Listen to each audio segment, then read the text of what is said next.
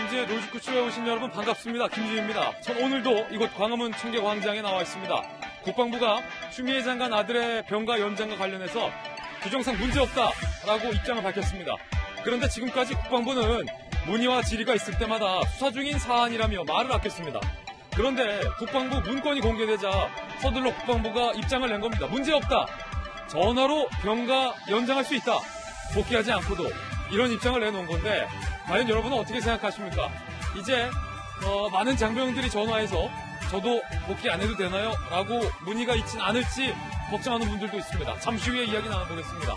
저는 비가 오나 눈이 오나 매일 아침 이곳에서 여러분을 기다리겠습니다. 김지혜 돌직구쇼 지금 라이브로 시작합니다. 잠깐만요.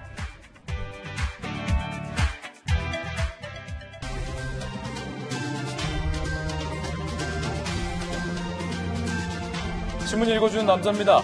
국방부에 문의했다라는 추 장관 부부의 문의 내용이 뭔지, 추 장관이 직접 한 건지 남편이 한 건지, 당대표라는 신분을 밝혔는지 아닌지, 민원실을 통해 민원했는지 아닌지 이 여부를 규명해낼 수 있는 녹취 저장 기록이 없어졌다고 합니다. 기한이 다 돼서 국방부 내에서 폐기를 했다는 겁니다. 동부지검은 그간 뭐 했냐는 얘기가 나오고 있습니다. 잠시 후에 짚어봅니다. 오늘 조간신문 함께 하시죠. 먼저 동아일보입니다. 청년 취업비, 돌봄비 등 대거 편성, 선별지급이 선심지원으로 동아일보 비판적으로 쓰고 있는데요. 4차 추경 7조 8천억 원 편성됐습니다. 당초 정부의 설명과는 달리 이렇게 저렇게 많이 주게 됐다는 거죠. 9,300억 들여서 통신요금 2만 원씩. 대통령은 작은 위로이자 정성이다라고 설명을 했습니다. 하지만 위기가구 긴급지원 3,500억 원에 그쳐서 아쉬움을 낳고 있다. 동아일보는 이렇게 쓰고 있습니다. 전문가들은 재원을 아껴서 취약층을 집중 지원해야 한다라는 의견을 내놓기도 했습니다.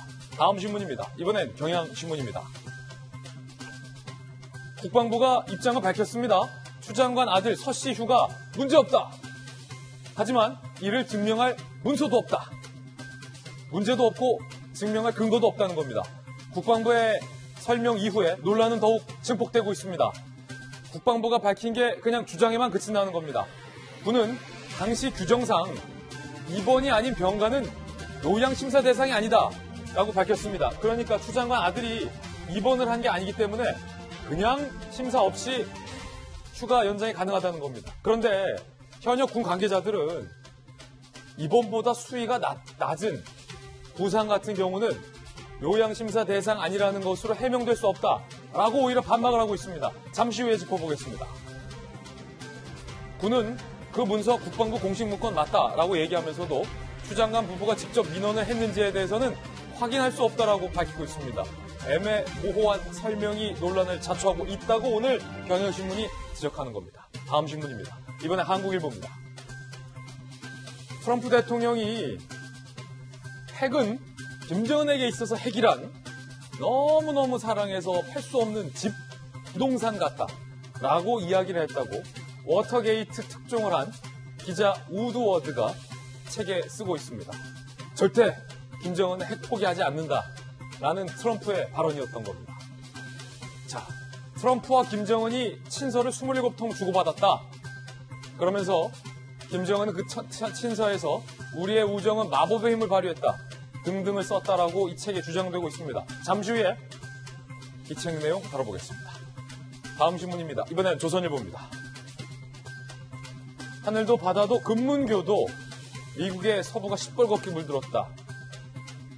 캘리포니아, 오리건, 워싱턴 3개 주에 대형 산불 40여 건이 발생했습니다. 한번 보실까요? 자, 이렇게 시뻘겋게 대낮인데도 시뻘겋게 여기가 화성 같다 뭐 이런 신문 제목도 있었습니다만 대형 산불이 집중적으로 반복적으로 일어나다 보니까 이러한 기이한 현상이 나오고 있습니다. 지금까지 신문 읽어주는 남자였습니다. 네, 오늘 아침 저와 함께 등판한 등판 선수 소개하겠습니다. 저희 돌직구쇼 전담 변호사이자 검찰 출신의 젠틀맨 김광선 변호사님 나왔습니다. 그리고 돌직구쇼의 좌장이자 서울시 정무부시장을 역임한 민주당의 김영주 전 의원님 모셨습니다. 다시 돌아온 돌직구쇼의 명품 시그니처 국민의힘 김병민 비대위원 나왔습니다. 휴가 잘 다녀왔습니다. 오랜만에 돌아온 전직 청와대 출입기자 출신의 베테랑 이재명 베테랑 나왔습니다. 어서 오세요. 오늘의 키워드 3가지 준비했습니다. 먼저 첫 번째 키워드는 파기. 핵심 녹취. 결정적 기록. 왜 자꾸 다 파기되고 없어지는 걸까요? 잠시 후에 짚어보겠습니다. 두 번째는 가카. 김정은이 트럼프 대통령에게 가카, 트럼프 가카 라는 호칭을 여러 번 썼다는 겁니다. 총 몇 번 썼게요? 잠시 후에 정답 공개합니다. 세 번째 키워드는 정성. 대통령이 작은 정성이라고 표현을 했습니다. 국민에게 주는 통신비 2만 원. 여러분은 어떻게 생각하십니까? 잠시 후에 짚어봅니다. 김지혜 돌직구쇼 오늘 폼 뉴스로 문을 열겠습니다.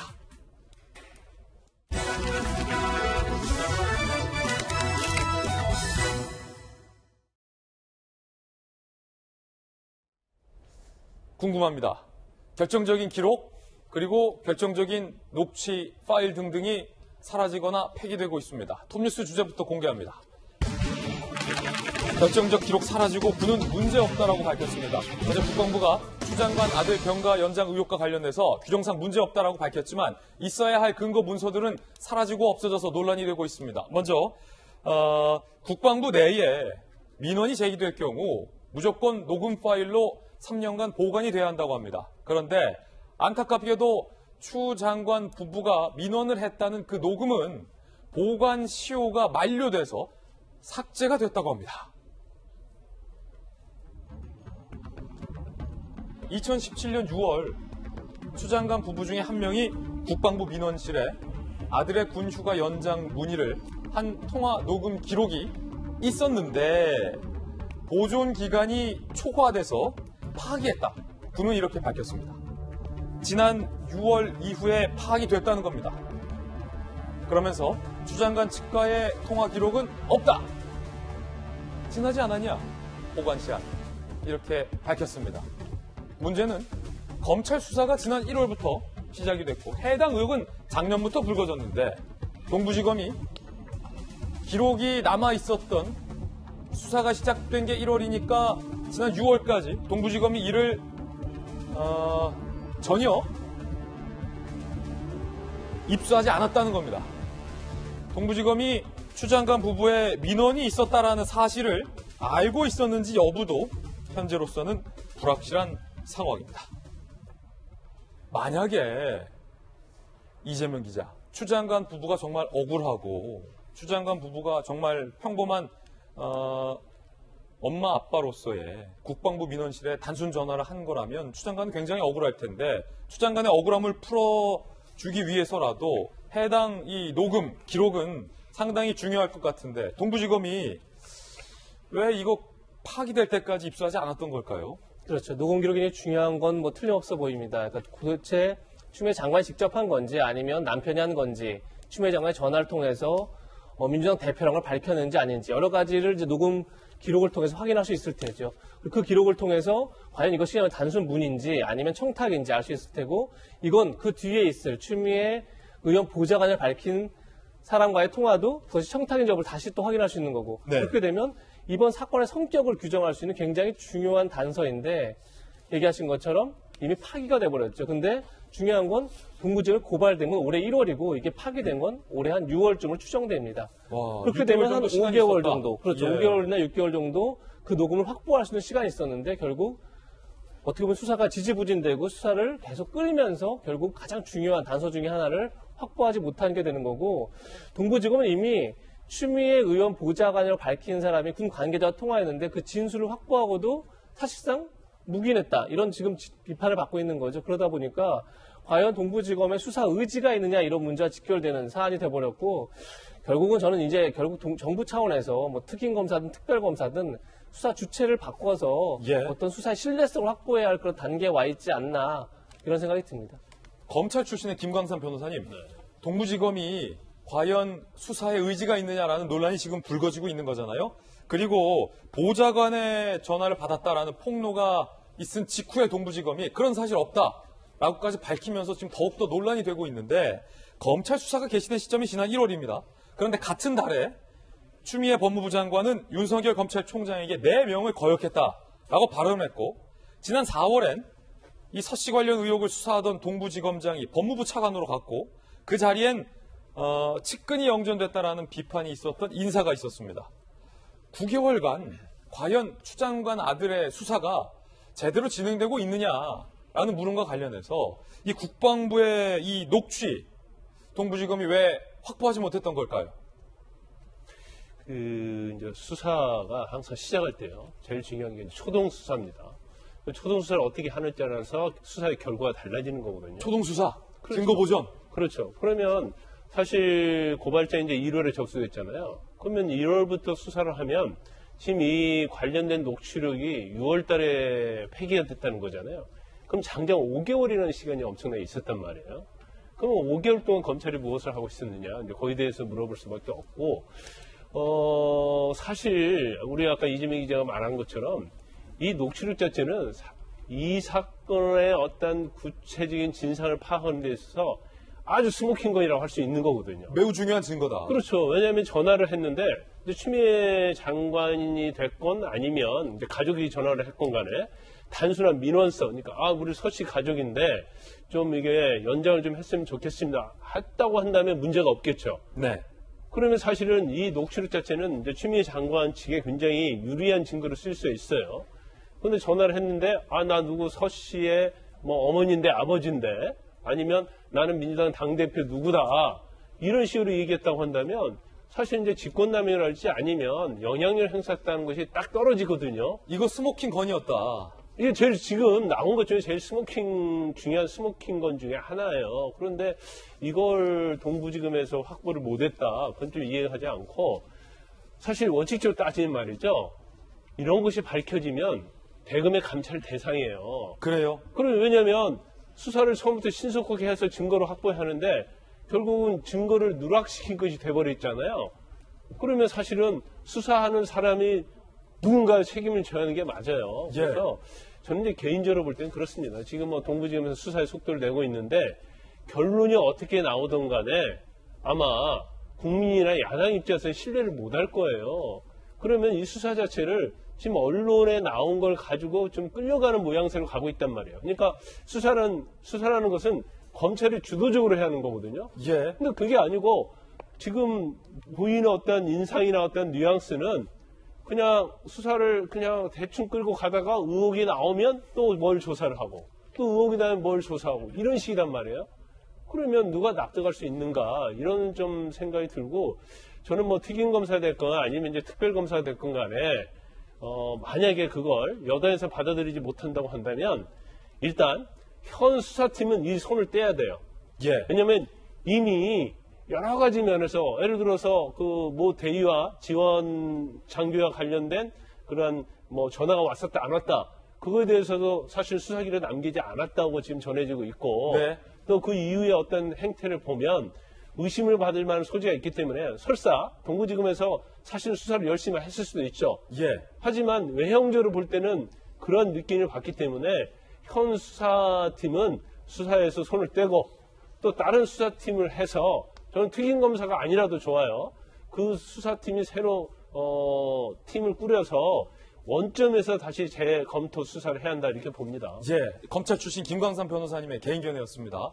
그런가 하면 국방부가 지금까지는 수사 중인 사안에 답을 할 수 없다라며 말을 아끼다가 국방부 문건이 공개됐고 어제 저희 돌직구쇼에서 그 문건이 국방부 공식 문건이 맞다라는 단독 보도를 해드린 이후에 국방부가 입장을 밝혔습니다. 서 씨의 휴가 문제없다는 겁니다.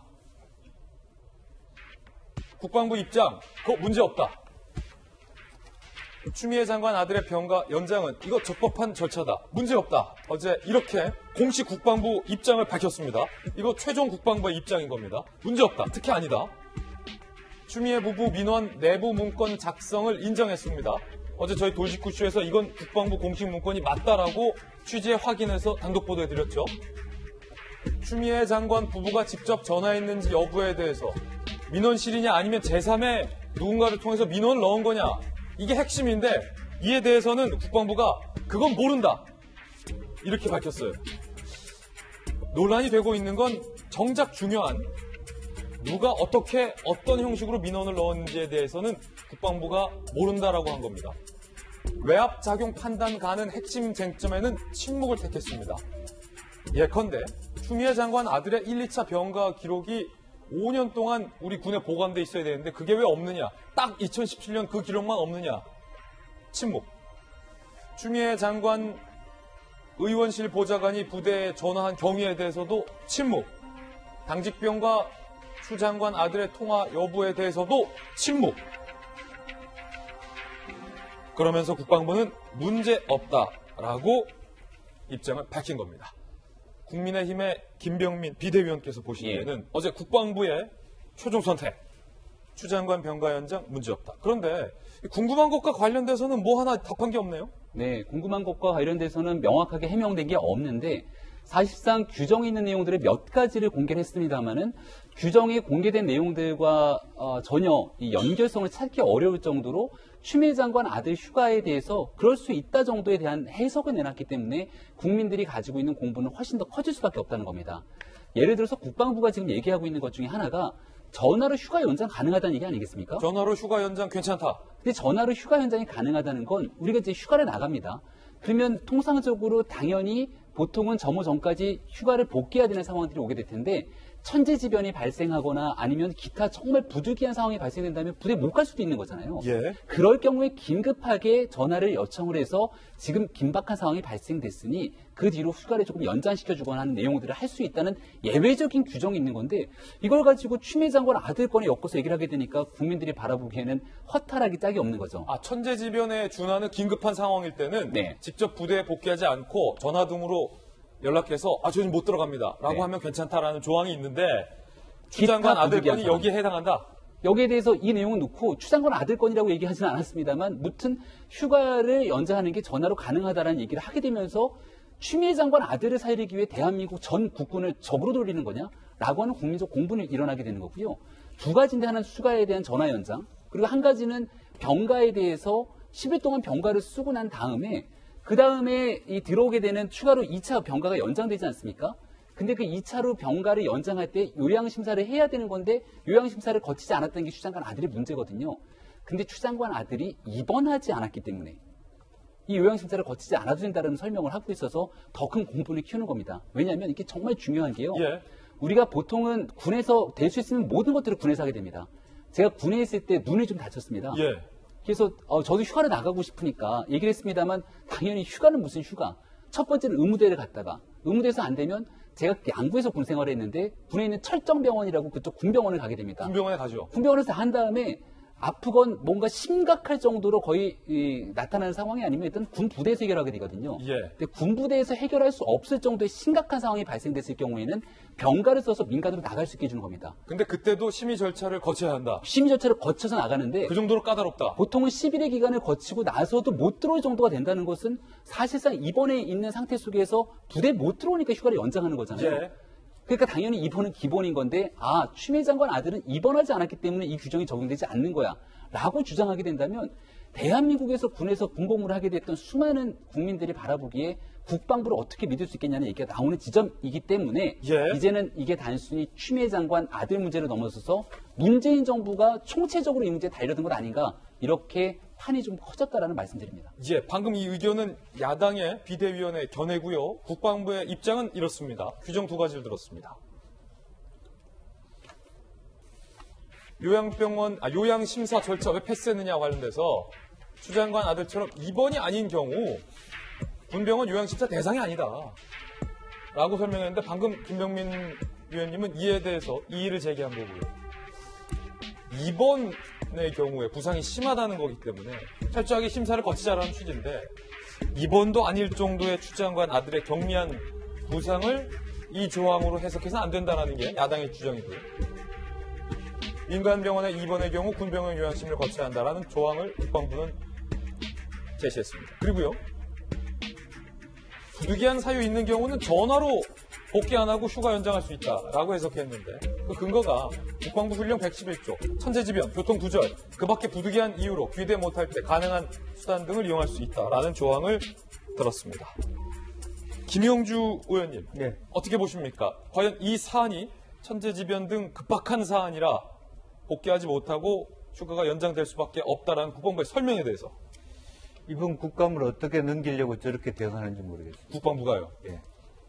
이게 기본적으로 이 정부가 국방부 뭐 어쨌든 문재인 정부의 국방부일 텐데 그 정말 백드롭이 이렇게 쓰지 않습니다. 나라답게 공정하게. 예. 그것이 뭐 어쨌든 훈령이든 근거를 가지고 답을 할지 모르지만 그동안에 그렇게 적용해 왔냐고요. 일반 군인들한테. 또 일반 심지어는 어떤 언론 보니까 가주사를 다녀왔던 사람에게도 물어봐도 이거는 부당하다. 그렇게 적용된 적이 없다. 이렇게 된다라면 실제로 이런저런 어떤 뭐 규정을 따져서 이렇게 옹호를 한다 하더라도 그것은 실제적으로 법적인 뭐 논쟁을 할 수는 있는지 모르지만 과연 이게 공정한 것인지 공평한 것인지에 대한 질문은 여전히 남습니다. 그렇다면 이건 바로 이제 남북 대체 상황에서 군의 기강회의인 것이고 이것이야말로 사실은 국정감사를 넘어서 정말 조사를 이어져야 돼. 누가 어떤 경로로 이런 그 답변을 내놨는가에 대한 심각한 문제라고 생각이 듭니다.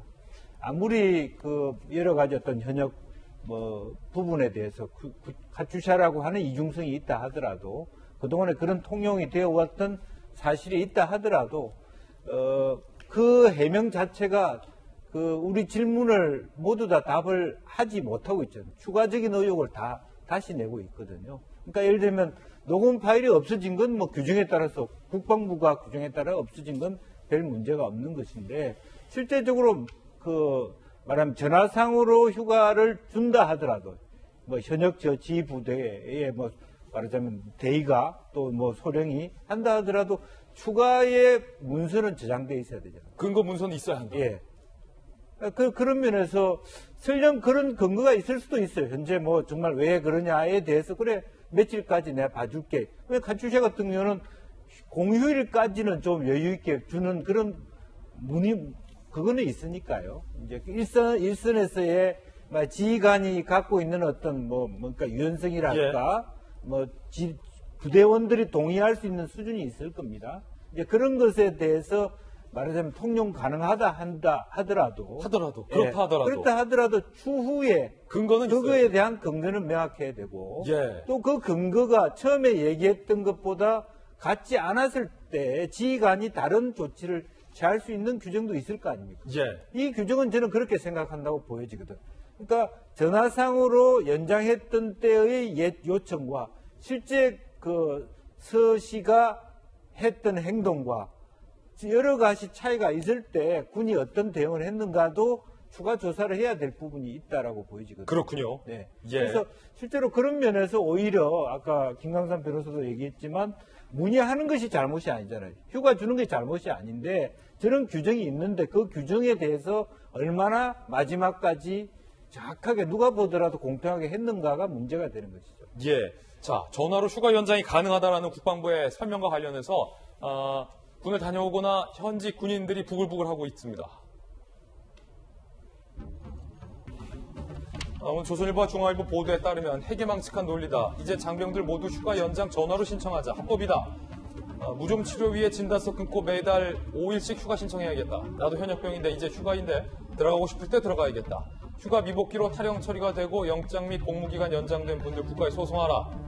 국방부 민원실에 실제로 문의가 오고 있다고 해요. 전화로 휴가 연장할 수 있느냐라는 문의가 오고 있다고 합니다. 김관선 변호사님, 이거를 이제 앞으로 다 일일이 국방부가 설명을 해야 될 텐데요.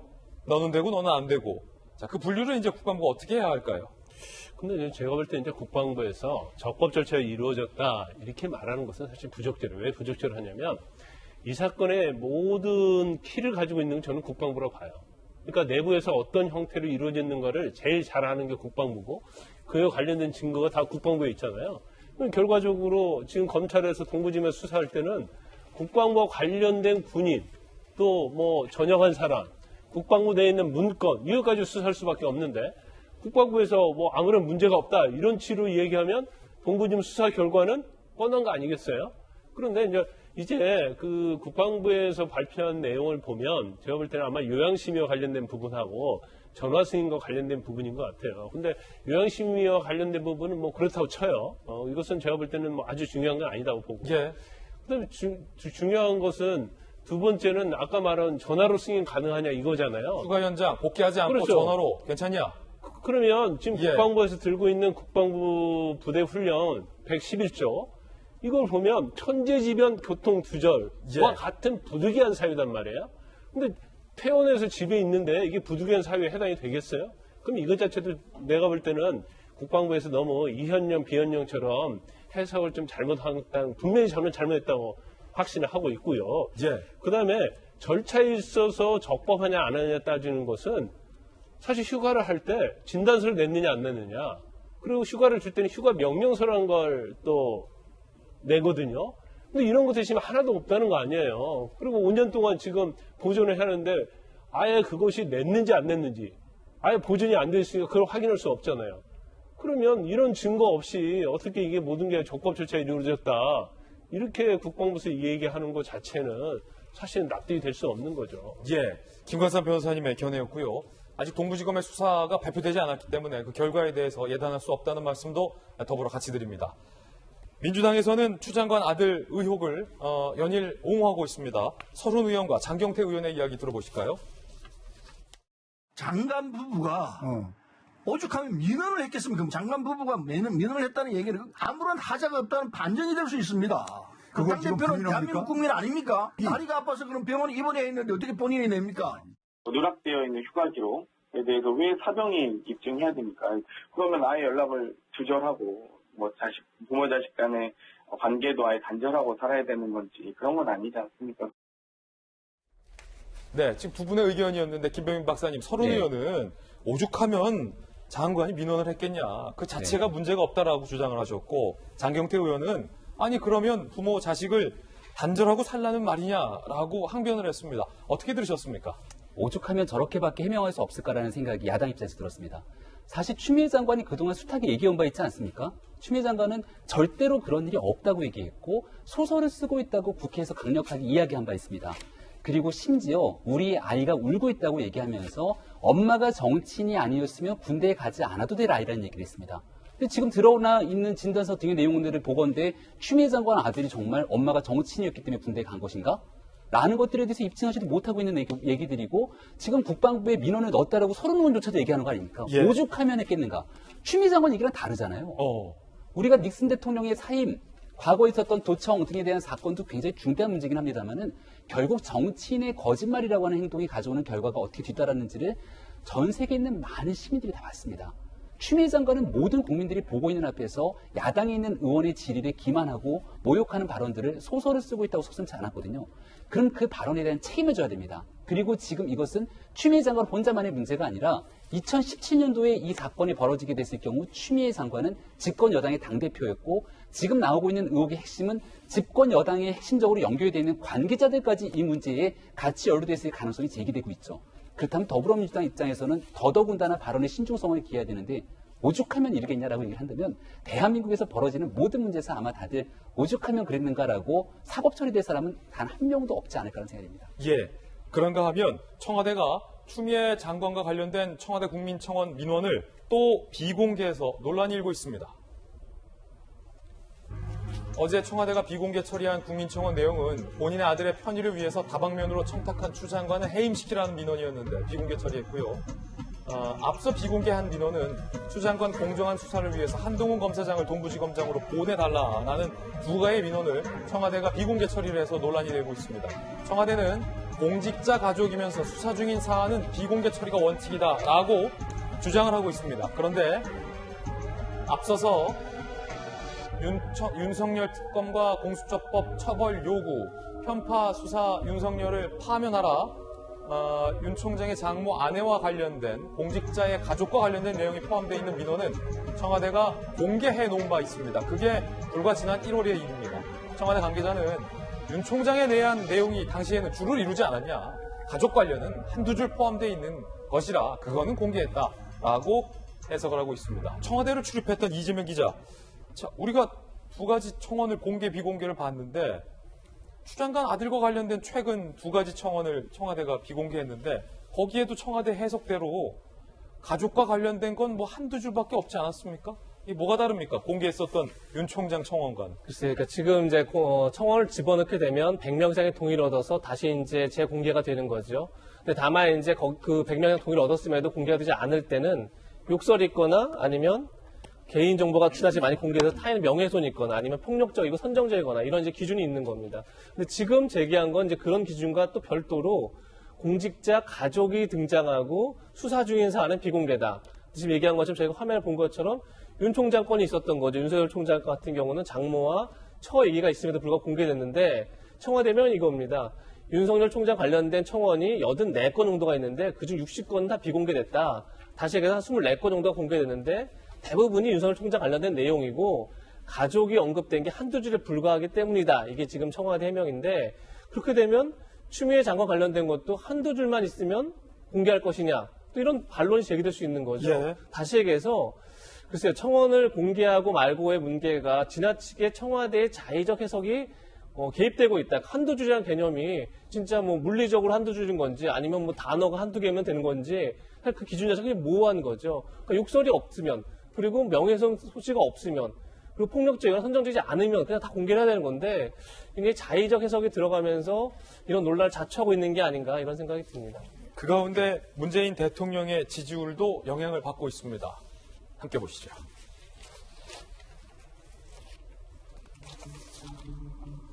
남성 지지자들의 지지율이 무려 9%포인트 하락을 했다라는 겁니다. 부정평가는 올랐고요. 긍정평가가 48.7%에서 39.8%로 앞자리가 바뀌었습니다. 반드시 고지해야 할 내용입니다. 20대의 지지율도 5.7%포인트 떨어졌습니다.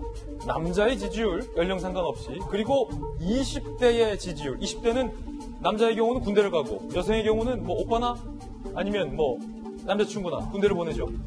남동생이나. 39%에 33.3%로 지지율이 빠졌습니다. 김영주 의원님, 네.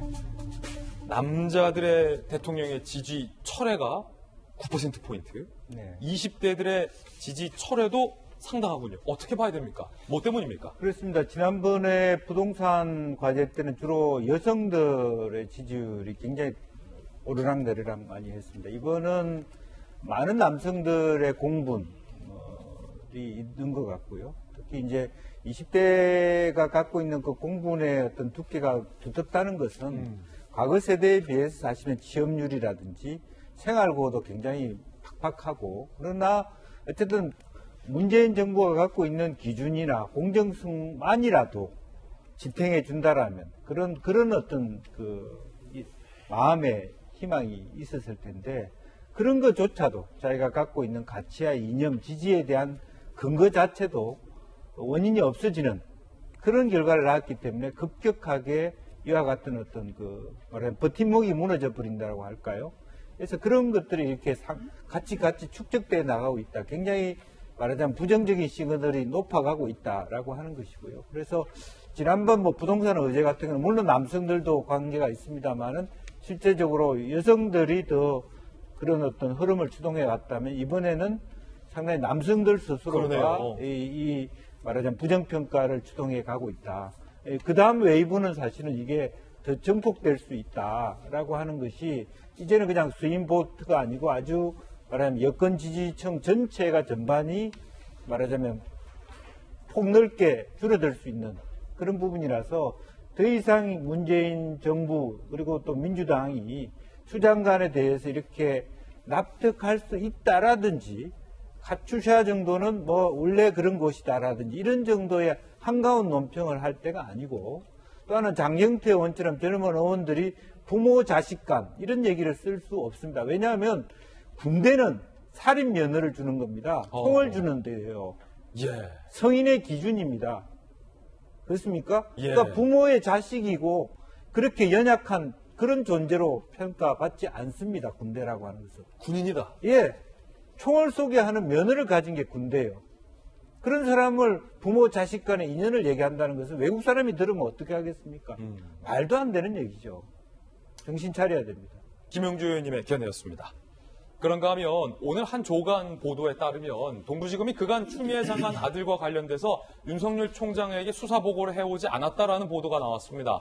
그러면서 어찌된 일인지 최근에는 동부지검이 다시 수사를 보고하기 시작했다라는 주장이 오늘 한 보도에 나오고 있습니다. 사실관계는 좀 따져봐야 할 것 같지만 오늘자 기사 소개를 해드리겠습니다. 오늘 조선일보 보도에 따르면 서울 동부지검은 그간 윤석열 총장에게 추미애 장관 아들 수사 관련 보고를 거의 안 했다. 축소수사 비판이 일자 최근 들어 갑자기 보고할게요. 그랬다는 겁니다. 검찰 일가 조만간 추 장관과 아들을 무혐의 처리하고 그 책임을 윤 총장과 분담하겠다는 의도가 아니냐라고 주장을 했고요. 동부지검 보고에 윤 총장의 반응은요. 제기되는 여러 의혹 규명에 최선을 다해달라라는 원칙적인 말만 했다. 관망하고 있다.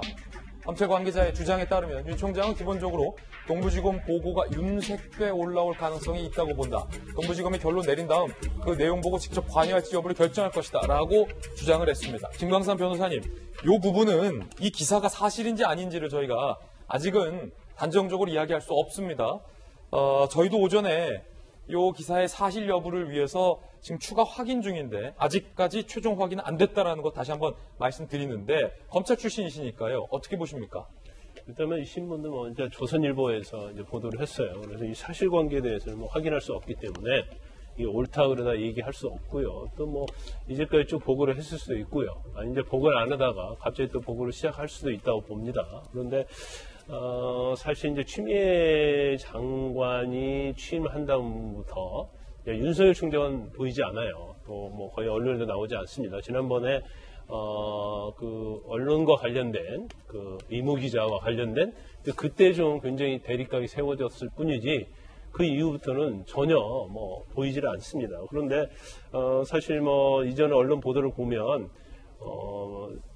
특히 이제 지난번 여름 인사 이후에 검찰총장을 패싱하고 법무부 장관하고 일부 특히 고위직 인사들, 특히 이제 중앙지검 같은 경우가 직접 법무부 장관으로 보고를 하고 더군다나 중앙지검장하고 검찰총장은 이제 대면 보고를 서로 했지 않습니까? 근데 이제 그런 게 뭐 수요일마다 하던 것이 거의 서면 보고로 대체로 이루어지고 있다 이런 얘기를 하고 있어요. 그런데 이제 만약에 뭐 이 기사가 사실을 전제로 한다고 하면 아마 두 가지 정도를 생각해 볼 수 있을 것 같습니다. 첫째는 왜 추미애 장관의 아들과 관련된 부분을 총장이 보고하지 않느냐 이런 비판에 대해서 좀 민감하게 반응해서 그럴 수도 있고 그렇지 않으면 만약에 윤석열 총장을 패싱을 하고 동부지검에서 알아서 수사를 했을 때 그 결론이 만약에 무혐의 처리가 되면 굉장히 흑폭풍이 있을 거예요. 그래요? 그러면 우리는 윤석열 총장하고 장관의 대립각이 있는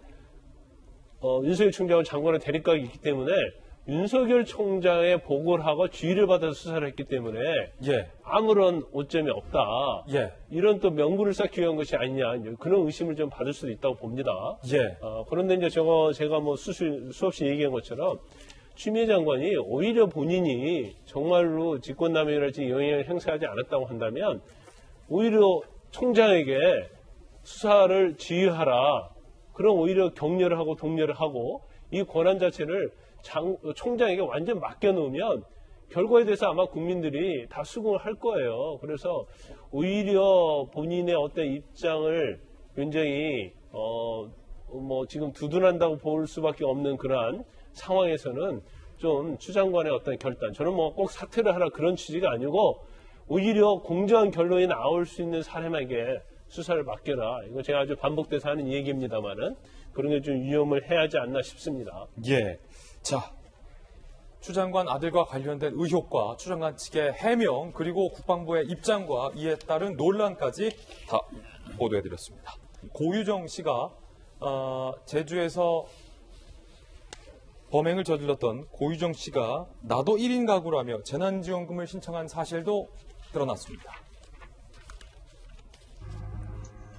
전국 교정시설에 수감된 1인 가구를 상대로 긴급 재난지원금 대리 신청을 법무부가 받았는데 무기징역 복역 중인 고유정도 이 재난지원금 신청을 했다는 겁니다. 40만 원 상당 온누리 상품권이 지급된다는데 고유정은 1인 단독 가구에 해당 안 돼서 지급 대상이 아니라고 청주시가 거부를 했다라는 내용도 오늘 들어와 있는 상황입니다. 김병민 박사님, 네. 참 이 남편을 잔혹하게 살해하고 전혀 반성하지 않는 듯한 모습을 보이고 있는 고유정이 또 이렇게 재난지원금 받을 거에는 또 바로바로 이렇게 신청을 한다. 과연 우리 국민들이 이 뉴스를 보고 좀 어떤 느낌을 받을지요? 어떤 심리 상태일까 궁금하기도 합니다. 예. 왜냐하면 이 재난지원금을 신청해서 교도소에서 쓸 수 있는 것이 아니라 온누리 상품권으로 지급되고 난 다음에 출소할 때 이 내용을 나눠주겠다는 건데 많은 국민들께서 아시는 것처럼 지금 2심 무기징역이 선고되어 있는 상태입니다. 아마 두 번 다시 사회에 나와서 정상적인 생활하기가 어려울 거라고 보는데 본인 스스로는 끝끝내 재판을 받는 과정에서도 범행에 대한 부분들 본인이 피해자라고 주장하면서 많은 부분들을 부인해오지 않았습니까? 이런 측면에서 바라봤을 때 정말 국민을 경악하게 만들었던 그 잔혹했던 고유정이 마침내 끝까지 반성하거나 참여하는 모습을 보이지 않는 건 아닌가. 바로 이런 재난지원금 신청을 통해서 엿볼 수 있는 대목이 아닌가라는 생각이 들고요. 정말 이 잔혹한 범죄를 저지른 사람들의 문제가 두 번 다시 사회에서 발생되지 않도록 관련된 양형 기준 굉장히 좀 높여야 될 것 같다는 생각이고 여기에 대해서 제발 두 번 다시 이런 일이 일어나지 않겠다라고 하는 본인 스스로도 참여와 반성하는 모습을 마지막에는 좀 일순간 볼 수 있으면 좋지 않을까 생각이 됩니다. 예. 자, 이번엔 두 번째 핫플입니다. 북한 김정은과 미국의 도널드 트럼프 대통령 간에 있었던 일이 워터게이트 사건의 특종 기자의 책에서 소개되고 있습니다. 밥 우드워드, 워터게이트를 특종했던 기자죠. 트럼프와 18차례 인터뷰를 해서 신간 경로를 출간을 한답니다. 도널드 트럼프 대통령이 밥 우드워드에게 이렇게 얘기합니다. 김정은 핵과 관계돼서 부동산에 비유를 했다는 거죠. 김정은에겐 핵무기가 너무너무 사랑해서 팔 수 없는 집과 같다. 이 말은 절대 김정은은 핵을 포기하지 않는 거다라는 트럼프의 인식을 말해주는 거고요. 두 번째 인터뷰 내용은요. 김정은이 트럼프에게 이런 호칭을 무려 9번 썼다는 겁니다. 카카! 판타지 영화의 한 장면을 연상시키는 나 자신과 카카의 또 다른 역사적 회담을 희망합니다. 카카의 손을 굳게 잡은 역사적 순간 지금도 잊을 수 없고 그날의 영광을 다시 체험하길 고대한다. Your Excellency라는 표현까지 썼다는 거예요. 미국의 CIA는 야 이건 아첨의 걸작이다 라고 CIA가 그냥 짧게 굵게 표현을 했네요. 아첨의 걸작. 밥 우드워드는요. 트럼프는 자신을 카카로 부른 걸 자랑스럽게 얘기했다. 김 위원장의 아첨에 넘어갔다라고도 얘기하고 있습니다. 이재명 기자, 사실 카카라는 게 미국으로 그냥 카카 이러지는 않았을 거고 그 카카에 준하는 최고의 존칭을 했다. 봐야겠죠. Your Excellency 뭐 이 같은 CIA에서는 이거 아첨이다라고 하는데 청와대를 출입했던 이재명 기자는 어떻게 보십니까? 글쎄요, 뭐 양쪽 다 서로의 성향을 잘 알고 서로를 어떻게 협상장을 끌어내서 그리고 어떻게 협상을 통해서 상대를 굴복시킬 거냐 이걸 연구했기 때문에 뭐 김정은 입장에서도 트럼프 대통령이 굉장히 뭐 이런 표현이 이상할 수 있지만 아첨에 약하다. 쉽게 해서 자신을 굉장히 높여주는 거에 대해서 굉장히 만족해하고 그래서 협상장에서 그렇게 했을 때 유리할 수 있다. 뭐 이런 판단을 할 수 있었겠죠. 뭐 그런 점에서 극존칭을 쓰면서 굉장히 멘트들도 어떻게 보면 그냥 오글거릴 수 있다는 표현을 쓸 정도로 예. 뭐 각하의 만남 자체가 뭐 각하의 손을 잡고 굳게 잡은 역사적 순간이 뭐 다시 있으면 좋겠다. 뭐 그리고 뭐 판타지 영화의 한 장면을 연상시켰다. 뭐 이런 식으로 굉장히 표현도 어떻게 보면 일반적으로 정상 간에 오갈 수 있는 그런 친서 내용은 아니다 싶을 정도로 굉장히 낯뜨거운 표현들이 많은데 그만큼 서로를 지금 어떻게든 협상을 통해서 서로가 국익을 최대치로 얻을 수 있을까 이런 고민 속에서 뭐 나온 표현들이라고 봐야겠죠. 다만 이런 생각은 듭니다. 지금 앞서 얘기한 것처럼 트럼프 대통령이 우드워드 기자를 만나서 김정은의 핵무기는 너무 소중해서 너무 사랑해서 팔 수 없는 집이다 이런 얘기를 했다는데 예. 과연 이게 협상 과정에서 트럼프가 얻은 결론인지 아니면 협상 전부터 생각했던 건지 모르겠으나 어쨌든 과연 이런 생각 속에서 비핵화 협상이 과연 제대로 될 결실을 볼 수 있다고 믿고 한 건지 아니면 처음부터 비핵화 협상을 하나의 뭐 리얼리티 쇼처럼 그냥 어차피 협상이 제대로 되지 않을 걸 알면서도 전 세계에게 보여주기 위한 하나의 쇼였던 건지 이런 근본적인 의문이 들게 하는 그런 멘트가 아닌가 그런 생각이 들었습니다. 예, 세 번째 앞을 소식 살펴보겠습니다. 지난해 1월 대통령의 앞에서 이런 질문을 했었던 이분이 국민의힘당의 대변인으로 발탁이 됐다고 합니다. 들어보시죠. 현실 경제가 굉장히 얼어붙어 있습니다. 대통령께서 계속해서 이와 관련해서 엄중하게 바라보고 있다. 이렇게 강조를 하시고 계셨는데요.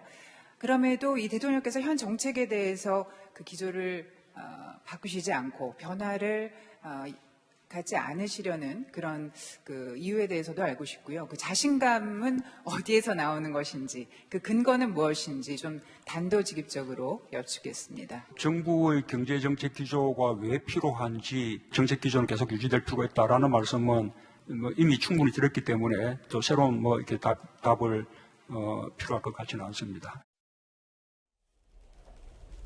자, 김병민 비대위원 나오셨습니다. 네. 야당의 지도부이기 때문에 김혜령 기자가 그 이후에 소속돼 있었던 경기방송이 예. 문을 닫았다는 소식도 네. 얼마 전에 들었는데 이번에 국민의힘의 대변인으로 발탁이 됐군요. 지난 총선에서 아마 선대위의 대변인을 맡았던 거로 알고 있습니다. 이번에 국민의힘이 당명도 바꾸고 정강정책도 바꾸면서 많은 변화의 과정들을 가지고 있는데요. 보다 많은 국민들을 위해서 포용하는 정당의 모습들, 약자와도 동행하는 모든 국민을 위한 정당이 되겠다는 변화의 모습을 보였습니다.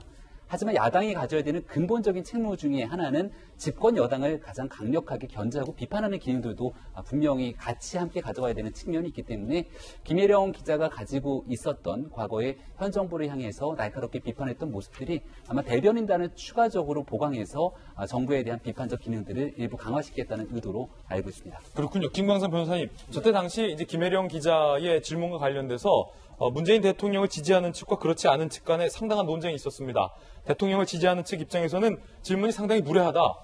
근거가 뭐냐, 자신감의 근거가 뭐냐라는 질문과 관련해서.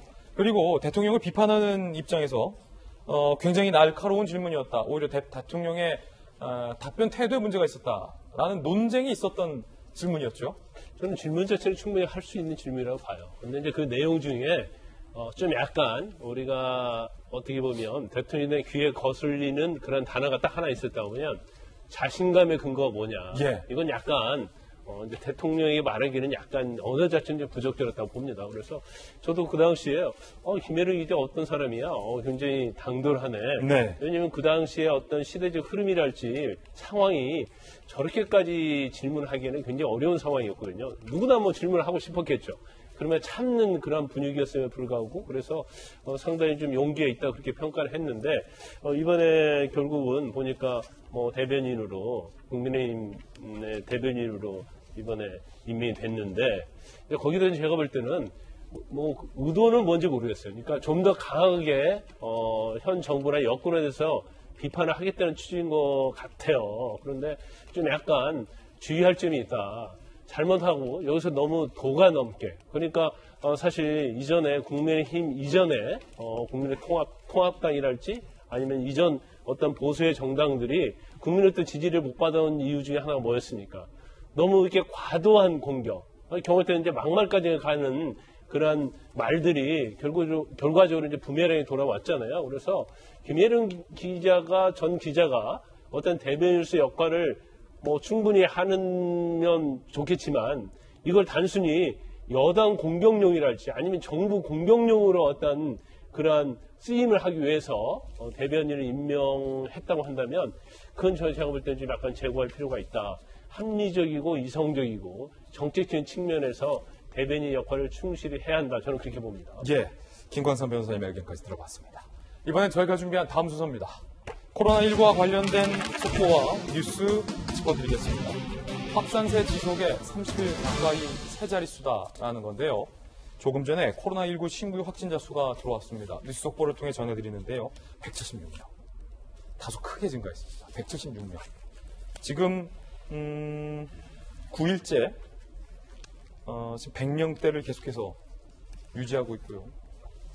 110, 130, 150대 그러다가 지금 176까지 점차 지금 치고 올라오고 있는 것이라 오늘이 지나면 주말인데 다음 주에 사회적 거리두기가 추가적으로 연장이 될지 여부에도 정부의 판단에도 영향을 줄 것으로 좀 생각이 되는데요. 잠시 후에 전문가 모시고 이야기 나눠보겠습니다. 그런 가운데 최후의 보루처럼 여기졌던 연세대학교의 신촌 세브란스 병원에서도 18명의 집단 감염이 나왔습니다. 신촌 세브란스 18명 집단 감염. 어제 기준으로 서울 신촌 세브란스 병원 관련 18명 집단 감염이 나왔습니다. 병원 본관에 근무하는 영양팀 배식원 1명이 확진이 됐고 같은 팀의 근무자 등 9명이 추가 감염됐습니다. 그리고 같은 날 재활병원 71병동 간호조무사가 확진이 됐습니다. 병동에 있는 환자와 보호자 등 7명이 간호조무사로 인하여 추가 감염이 된 사례고요. 자, 안 그래도 입원해 있는 환자와 돌보던 보호자가 코로나까지 감염됐으니 얼마나 절망스럽겠습니까? 세브란스 재활병원 외래 진료 중단 코호트 격리 조치가 들어간 상황입니다. 고려대 약학대학교의 김정희 교수님 오늘도 모셨습니다. 어서 오세요. 일단은 코로나19가 지금 확진자가 176이에요. 좀 모든 국민들이 좀 아까 110에서 좀 98, 87, 65 좀 이렇게 가기를 원할 텐데 이게 지금 150, 130, 170 이렇게 점점 반대로 다시 200명을 향해서 가고 있어서 이 부분 좀 걱정스러운데요. 김 교수님 걱정 안 되십니까? 당연히 걱정이 되죠. 그러니까 최근에 그 방역당국 정부 쪽에서 브리핑 때 말씀하신 거 보면 최근 경향이 점차 안정화되고 있다, 감소하는 추세다 이렇게 말씀을 하시면서 사회적 거리두기 2.5단계를 완화할 생각은 지금 좀 생각해봐야 된다. 예. 이렇게 얘기를 했는데 네. 실제로 지금 상황은 과거에도 말씀드렸던 것처럼 하루 일일 확진자가 증가하거나 감소하는 거에 대해서 일희일비할 필요는 없다 이런 말씀을 드린 적이 있거든요. 일일비 없지만 이게 매일같이 사실은 저 같은 경우는 야 오늘 몇 명 나올까 어제 몇 명이야 사람 누구 만나면 이거부터 얘기해요. 그러면서 제가 말씀드린 게 경향성을 봐야 된다. 근데 지금 경향성은 한 150명대에서 전후로 거의 고정화됐다 이렇게 보고 있습니다. 그러니까 저희가 지금 수도권을 중심으로는 2.5단계를 추진을 하고 전국적으로 2단계를 추진하고 있는 와중에도 150명대에서 고정화되는 단계다. 그러니까 지금보다 어떻게 보면 방역을 굉장히 강화를 시켜야지만 두 자릿수, 더 나아가서 과거의 50명 이하로 이렇게 떨어뜨릴 수가 있는데 그렇지 못한 점에서 조금 우려스럽다. 그리고 지금 상태 만약에 추석 변수가 없으면 지금 상태로 계속 통제를 하면서 갈 수는 있습니다. 지금 오늘 176이 나왔지만 한 150 선에서의 언더리로 볼 수 있다. 네, 왜냐하면 근본적으로 무증상 감염자가 많고 그러다 보니까 각계각층에서 계속 소규모 집단 감염이 발생을 하고 있는 상황이거든요. 네. 그것도 전국적인 규모에서. 그렇기 때문에 추석 변수가 없으면 지금 상황에서 통제를 계속 이 상태로 유지를 할 수는 있습니다만 문제는 추석 변수가 있어서 추석 이후에 지금 정도의 확진자 수면 크게 증가할 가능성이 굉장히 높다 이렇게 보고 있거든요. 그래서 굉장히 좀 우려스러운 상황이다. 그래서 지금 단계에서는 정부에서 약간 경제적인 부분을 너무 고려해서 이 방역 조치를 완화하면 향후에 큰 또 문제가 될 수 있다. 이렇게는 보고 있습니다. 신촌 세브란스에서 18명이 집단 감염됐습니다. 이거 어떻게 보십니까? 좀 걱정스러운 상황인데요. 지금 보면은 방역당에서 역학조사 진행 중이라 최초 확진자는 영양팀에서 나왔는데요. 그 뒤에 보면 재활병동에서도 감염자가 계속 나오고 있습니다. 그래서 지금 그러니까 지표 환자는 영양팀 직원이 맞는데 최초 감염자였느냐 이거에 대해서는 아직 밝혀져 있지 않거든요. 예. 근데 지금 영양팀에서는 한 10명 정도가 나왔습니다. 그래서 이 확진자 수를 봤을 때에는 영양팀에서 먼저 시작됐을 가능성이 보다 높지 않나 이렇게 보고 있고 이게 재활병원으로 전파가 된 게 아닌가. 물론 반대 상황도 있을 수는 있습니다. 그러니까 영양팀 같은 경우에는 어떤 상황이냐면 조리를 하다 보니까 불하고 같이 접촉이 많고요. 그러다 보면 실제로 마스크를 방역이 가능한 마스크보다는 비교적 가벼운 마스크를 쓰는 경향이 있을 걸로 판단이 됩니다. 그 과정도 있고 더군다나 휴식 시간이나 아니면은 탈의실 같은 데에서 밀접 접촉이 이루어지면서 굉장히 많은 사람이 감염된 걸로 보고 있고 여기서 음식물 같은 것들이 재활병동으로 가게 되면서 혹시 그거에 의해서 감염이 이루어지지 않았나. 예, 가능성이죠. 네. 그리고 병원 관계자들이 보통은 덴탈 마스크를 좀 자주 쓰시는 경향성이 좀 있거든요. 그러다 보니까 간호사나 아니면 이렇게 전파가 이루어진 게 아닌가 이런 생각은 좀 가지고 있습니다. 근데 반대 과정은 만약에 보호자나 환자 쪽에서 먼저 감염이 됐고 그러니까 음식을 먹고 나서 식기류로 반납이 들어갈 때 그 식기류에 묻어있던 비말이 실제로 영양팀으로 또 옮겨갔을 가능성도 충분히 있습니다. 근데 요거에 대해서는 추후 역학조사를 더 해봐야 되는데 지금 전파 양상, 크게 전파된 양상을 봐서는 조금 오래전부터 감염이 있었을 걸로 보고 있고 그러다 보니까 재활병동에서 추가 확진자가 더 나올 가능성도 좀 높다 이렇게는 보고 있습니다. 그런가 하면 부산에서 코로나19 확진된 환자를 태운 택시기사 2명이 확진됐습니다. 그런데 5분간 태웠다는 겁니다. 그리고 마스크도 썼었다는 겁니다. 이거 미스터리입니다. 부산시 50대 여성 A씨가 확진 판정받았고 최근 택시 이용했어요. 기사 50대 B씨, 60대 C씨가 확진 판정이 됐습니다. 당시 모두 기사들은 마스크를 착용했다. 3분, 5분 이내 짧은 거리였는데 확진이 된 겁니다. 이례적인 사례라고 부산시에서도 얘기하고 있습니다. 김정인 교수님. 네. 자, 이거 희한해요. 마스크를 택시기사가 썼어요. 여성이 확진자를 태웠는데 3분에서 5분 정도 짧은 거리였다. 저는 충분히 가능성이 있다라고 보거든요. 마스크도 썼는데. 예, 근데 마스크가 우리가 지금 보도되는 내용으로 봐서는 마스크를 썼다라고까지만 나왔지 어떤 마스크를 썼는지 그리고 마스크를 제대로 썼는지 혹시 중간에 고쳐 쓰지는 않았는지 이 부분이 밝혀져 있지가 않아요. 아, 이거 무섭네요. 물론 5분 이내로 짧은 시간이긴 합니다만 이 지금 그 근원 환자라고 보시는 그 부산 50대 여성분 같은 경우에 거의 슈퍼전파자 요건을 다 갖추고 계세요. 그래요? 그러니까 이분이 8월 중순부터 말까지 서울에 체류를 했고요. 그 과정에서 감염이 된 걸로 보이는데 지금 8월 23일부터 증상이 있었다라고 하거든요. 그러고 나서 이분이 8월 말 31일에 병원에 입원을 해요. 그 입원한 이유가 호흡기 질환 때문에 그런 건지 다른 지병 때문에 그런 건지는 정확히 아직 알려지지 않았지만 이 병원에 입원을 하게 되고 이때 병원을 방문하거나 병원에서 증상이 굉장히 심해서 보건소로 가는 과정에 각각의 택시를 탔던 거였거든요. 그러니까 이분이 최초 임상 증상을 보인 이후로 거의 10일이 지났어요. 그 사이에 많은 사람들한테 또 전파를 시켰을 가능성도 굉장히 높고요. 그리고 이때 굳이 선별진료소를, 그러니까 보건소를 가시면서 왜 택시를 타셨는지도 의문이에요.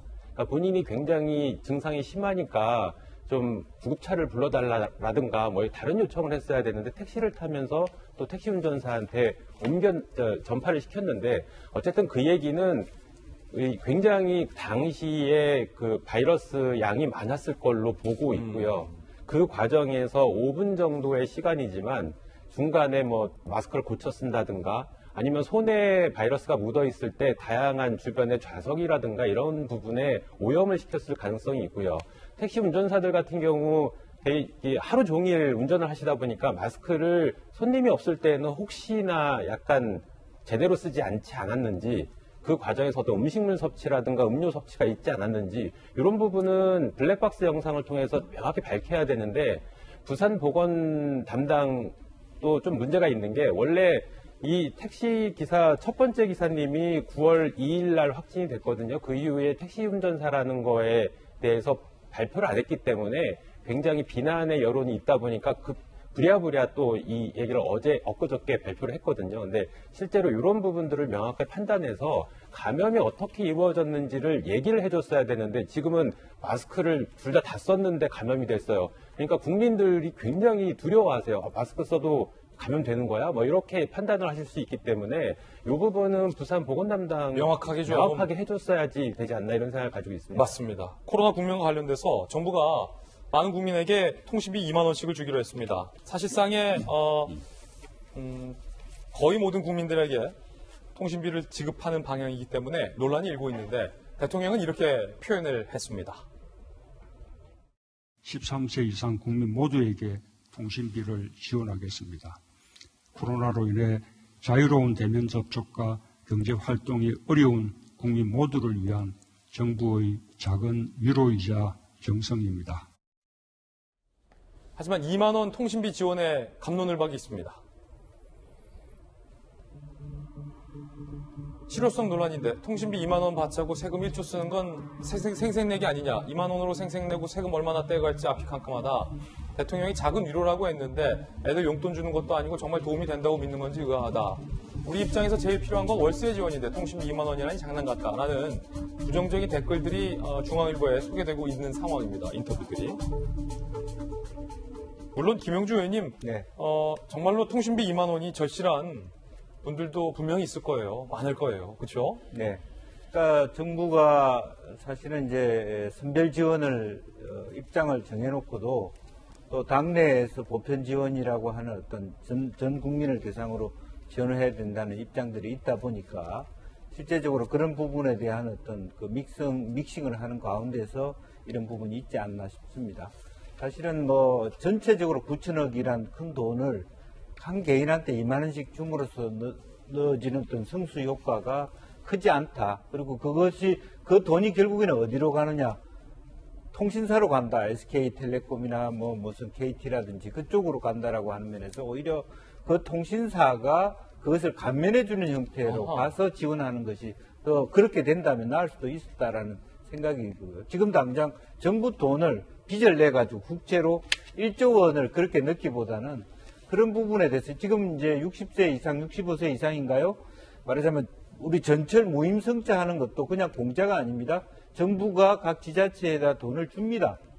그와 같은 비슷한 방식으로 할 수 있는 것이죠. 이제 그런 면에서 방식이라든지 그 주는 것 자체가 문제가 아니라 실제로 그런 것이 조금 더 정치하지 못했다는 그런 아쉬움이 있고 또 그뿐만 아니라 그런 것이 중요한 거라기보다는 사각지대가 존재하지 않습니까? 어쨌든 선별 직업을 하고 싶었음에도 불구하고 1차 때 할 수 없었던 원인 중에 하나가 사각지대에 대한 규명이 명확하지 않았기 때문에 두텁게 준다면 오히려 이 돈 9천억을 사각지대에 더 두텁게 주는데 정성을 더 쏟았어야 되지 않나 그런 생각을 갖습니다. 네, 야당 지도부는 이렇게 비판했습니다. 과연 현재 우리가 이 재정을 걱정을 하면서 재정의 안전성에 걱정을 하면서 역시 이게 뭐 정치적으로 그러한 결정을 하셨다고 생각을 하는데 인플루엔자 국가 예방 접종을 전에 국민들에게 무료로 하는 것이 통신비 2만 원 지급보다는 훨씬 더 필요하고 긴급한 거라는 생각이 듭니다. 김변 박사님, 야당에서 네. 차라리 독감 예방접종을 전 국민에게 무료로 해라. 그게 통신비 2만 원보다 훨씬 낫다. 조영원 대표, 김종인 비대위원장 이렇게 얘기하네요. 코로나가 지금 확산되고 있는 과정 속에서 독감까지 이중으로 이 내용들이 같이 국민들에게 혼란이 되게 됐을 경우에 방역당국이 겪게 될 수 있는 어려움에 대해서 숱하게 얘기가 된 바 있습니다. 근데 우리가 지난 기간에도 독감을 맞지 않았던 여러 차례 조사를 해본 바가 있는데 사실상 그 비용에 대한 부담 때문에 또 독감을 맞지 않는 경우들도 상당 부분 존재합니다. 현재 우리가 이 아동이라든지 이 노인이라든지 독감을 정부에서 무료로 접종하는 경우들도 있지만 사회적으로 활발하게 활동하는 청장년층들에게는 사실상 자신의 비용을 바탕으로 이 독감에 대한 예방접종을 맞아야 되거든요. 그러니까 무언가 정부의 재정을 바탕으로 코로나의 위기 극복을 위해서 꼭 써야 되는 비용이라면 통신비 지원 요금에 해당되는 비용이 아마도 독감 예방접종의 비용과 거의 흡사할 테니 이런 데다 우선적으로 쓰는 것이 좋지 않겠냐는 주장이고요. 저는 사실 이런 논리보다 훨씬 더 중요하다고 보는 건 지금 아직 9월밖에 되지 않았습니다. 그리고 정부는 4차 추경을 전부 빚을 내서 하고 있고요. 근데 우리가 한 2달 정도가 지난 11월 정도가 됐을 때 또다시 코로나가 굉장히 큰 위기가 와서 사회적 거리두기 3단계 이상이 가게 됐을 경우에 다시 한번 경제가 얼어붙게 된다면 그때는 어떤 상황으로 우리가 행동해야 될 것인가. 그러면 지금 주게 된다는 1조 원가량의 통신비 지원 요금을 아껴서 이때 썼으면 어땠을까라고 땅을 치는 날이 올지도 모릅니다. 최악의 상황을 우리가 대비하면서 정말로 생계의 어려움을 코로나 때문에 겪고 있는 국민들의 신음을 달래기 위해서 정부가 모든 지혜를 짜야 되는데 너무 안이하게 정책들을 짜는 것은 아닌가 싶어서 안타까운 마음이 큽니다. 김종인 교수님.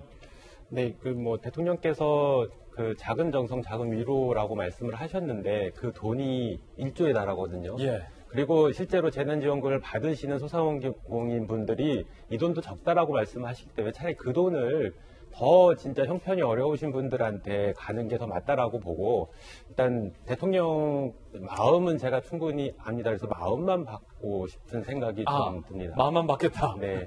그리고 또 한 가지는 자꾸 모든 이 정책 재난지원금을 추석 전에 하려고 하는데 저는 그 이유를 잘 모르겠거든요.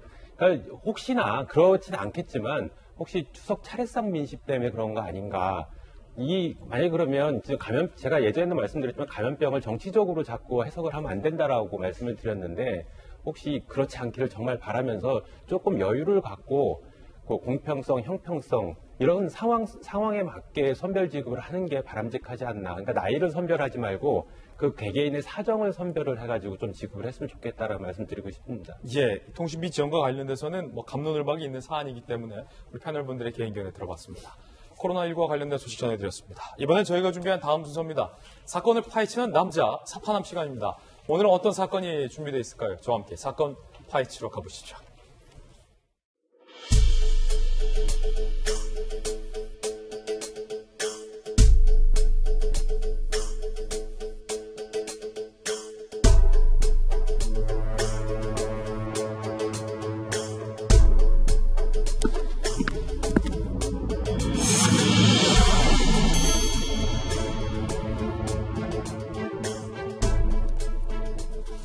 사판한 김진입니다. 저와 함께 사건 파헤쳐 주실 분 모셨습니다. 대한민국 범죄 심리학의 1인자 경기대학교 이수정 교수님 나오셨습니다. 어서 오세요.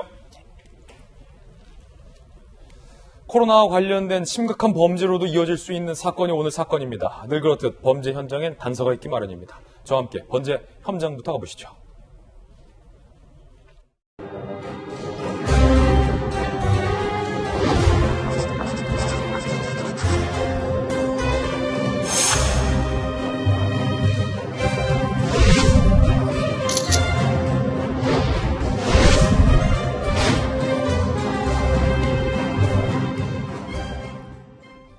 첫 번째 단서는 바로 이겁니다. 메시지. 어떤 단서일까요? 자세히 살펴보시죠. 지난 6일 새벽 12시 30분 8분경 평택시의 한 카페에서 한 여성이 테이크아웃을 합니다. 그런데 약 40분 후 새벽 1시 15분께 낯선 번호의 메시지가 띵동 옵니다. 저기 혹시 누구누구신가요? 띵동. 누구세요? 띵동. 어제 외로워서 한번 연락해봤어요. 라는 문자 메시지가 옵니다. 자, 이렇게 말이죠. 누구신데 저를 아시죠? 라고 묻자 모르죠. 번호도 알고 이름도 알잖아요. 라고 항의하자 코로나 명부 보고 문자 드렸다. 라는 문자가 이어집니다. 죄송합니다. 소주나 한 잔 사드리려고 했어요. 나이가 어떻게 되느냐? 심심하면 잠깐 보자. 라는 낯선 이의 메시지와 제안도 이어집니다. 모르는 사람에게, 그것도 야심한 새벽에 이수정 교수님, 네. 소주나 한 잔 사드리려고 했다. 나이가 어떻게 되냐 문자 받으면 여성 입장에서는 상당히 무서울 것 같아요. 네, 그러니까 굉장히 공포를 예. 느끼죠. 지금 이 시간대를 보시면 공포를 느낄 수밖에 없는 시간대입니다. 12시가 넘은 새벽 시간대예요. 더군다나 이 문자가 이어져서 그 다음날까지 이어집니다. 오후까지. 그렇기 때문에 이게 도대체가 나의 개인정보를 모두 누군가가 알고 계속 내가 원치 않는데도 나의 마치 일거수일투족을 지켜보고 있는 듯이 그렇게 느껴질 수밖에 없는 이게 다음날까지 온 거군요. 그렇죠. 그렇기 때문에 이게 굉장히 좀 불안감을 유발할 수 있는 그런 이제 문자라고 보이는데, 그런데 이제 이 문자를 보내신 분 입장에서 보면 아마도 사실은 온라인상에서 채팅 애플리케이션이라는 게 굉장히 일반화돼 있고요. 예. 사실은 모르는 남녀들끼리 이제 이런 종류의 대화를 주고받습니다. 실제로. 네. 그런데 채팅 애플리케이션과 지금 이 행위는 현저한 차이가 있는 게 현저히 다르다. 그렇죠. 문자를 보내는 남성 입장에서는 별 차이를 못 느끼실지 모르겠지만 문자를 받는 사람 입장에서는 채팅 애플리케이션은 동의해서 들어가서 채팅을 하는 거잖아요. 그렇죠. 그런데 이거는 사실은 전혀 동의한 바 없는데 갑자기 나의 모든 개인정보를 다 알고 있는 어떤 제3자가 나타나서 낮이고 밤이고 나에게 계속 스토킹을 하니까 불안하기 짝이 없는 일이 되는 거죠. 이거를 출입 명부, 요즘 코로나 때문에 카페 갈 때 명부 쓰잖아요. 이거 보고 연락했다는 말이에요? 네, 거기에 핸드폰 번호 다 맞아요. 적지 않습니까? 예. 그렇기 때문에 사실은 뭐 체온이라는 정보도 적겠지만 그거는 이 남자 입장에서 보면 중요한 정보가 아니고 이 여성의 핸드폰 번호 그리고 이 여성이 아마 어느 지역에 사는 것까지 다 아는 것 같습니다. 실제로 이 출입 명부를 수기로 작성하는 경우 가진 우려가 제기되고 있습니다. 목소리로 들어보시죠. 친구 중에 그런 애들이 있긴 있어요. 전화번호를 뭐 한 자리씩 바꿔서 적는다거나 이름을 다르게 적는다거나. 방송 작성을 하고 그다음에 저희가 그 위에 있는 포스트잇으로 그 이름과 전화번호를 가려드리고 있어요. 그 전화번호만 입력하면 상대방의 SNS가 나오기 때문에 괴롭힘을 당할 수도 있고 모르는 사람한테 연락이 올 수 있는 부분이어서 다시 피해 여성 이야기로 돌아오겠습니다. 두 번째 단서는 바로 이겁니다. 출입 명부. 더 자세히 들여다볼까요? 출입 명부 피해자입니다. 결국 경찰에 이 여성은 고소를 했습니다. 불순한 의도 다분함에도 성범죄 관련 법률이 적용되지 않아서 정보통신망 이용 촉진 및 정보보호 등에 관한 법률로만 고소를 했다라는 얘기가 나오고 있는데, 이 교수님, 성범죄 관련 법률은 적용되지 않았다. 이건 이유가 뭔가요? 뭐 저희가 봤을 때는 이 대화의 내용이 뻔히 이제 이성에게 젊은 이성에게 성적으로 접촉할 의도가 숨어 있을 것이 아니냐 이렇게 생각할 수 있겠지만 문제는 통신 매체를 이용해서 음란한 내용을 문자도 사진도 동영상도 보내지 않았기 때문에 그렇군요. 그냥 말만 걸었군요. 그렇습니다. 그렇기 때문에 성폭법으로는 전혀 처벌될 수가 없다는 게 또 다른 함정 중에 하나인 겁니다. 예. 자, 여기서 세 번째 단서로 이어지는데요. 세 번째 단서는 고집입니다. 어떤 고집일까? 구체적으로 살펴볼까요? 자, 이 남성의 문자가 이어지는데 경찰에게 전화를 받았나 봐요. 신고를 했으니까. 그러자 이 남성이 다시 연락해 옵니다. 지난 6일에 경찰에서 전화 받았다. 없던 일로 해달라. 이런 일 사건 만들면 안 된다. 전화한 적도 없지 않냐. 거듭 신고 취소를 요구합니다. 그러면서 살다가 이런 경우 처음 봤다. 오히려 더 큰 목소리를 내는데 나 군대 다녀왔고 4년째 나왔고 직장인 10년 차다. 의사 표현해주지도 않고 신고하나. 대한민국 남자가 문자질 몇 번 했다고 상황을 이렇게 만드나 라는 장문의 항의성 문자 메시지를 보내기도 합니다. 그러자 여성이 방송사에 제보했다. 그쪽 뉴스 나왔다. 선처도 합의도 절대 없다. 라고 하자 이 남성이 고집 엄청 세네. 좋은 게 좋은 거 아닌가요? 라고 항의를 하기도 합니다. 이 교수님, 네. 이거 어떻게 봐야 될까요? 이게 정말 악성 스토킹이다. 온라인으로 일어나긴 하지만 이 여자에게는 굉장히 불안을 유발할 거다. 이렇게 이제 생각이 되고요.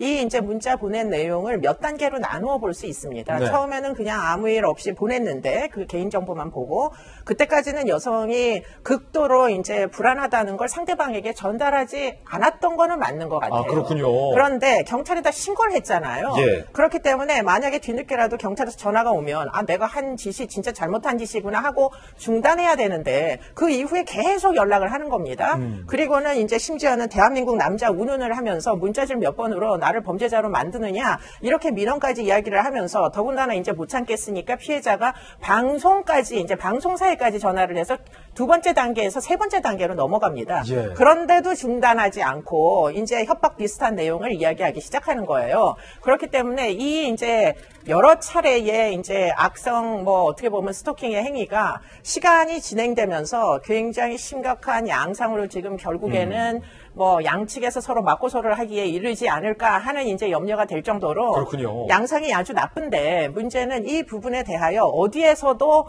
중단하기가 어려운 법이 허술하다 보니까 경찰에다 일단 신고를 하면 중단시킬 수가 있어야 될 거 아니에요. 네. 경찰은 손도 쓸 수가 없는 게 현행법입니다. 아, 그래요? 왜냐하면 스토킹 방지법이 아직 없기 때문에 예. 지금 뭐 1단계 이전에 이제 예비 단계의 스토킹, 1단계 경찰에 신고하고 난 이후의 스토킹, 그리고는 방송사에다가 연락한 다음에 스토킹 점점 심해지고 있는데 어느 기관에서도 개입하기가 어려워서 계속 문자질을 하고 있는 거죠. 이게 현행법상의 어떤 그런 한계다. 네, 결국 피해 여성은 보호받지 못하는 게 현행법에 지금 허술하기 짝이 없는 문제이다. 예. 이렇게 볼 수가 있는 거죠. 그나마 다행히 이 건의 경우에는 주소가 유출되지는 않았다라고 하니까 그나마 좀 다행인 것 같은데 오늘 정부가 개인정보 보호 강화하는 대책을 마련할 예정이라고 하는데 좀 어떤 게 당겨야 될까요? 글쎄, 뭐 주소, 정확한 주소는 이제 유출이 안 된 것 같은데 이 남자가 보낸 문자 안에 무슨 내용이 있느냐?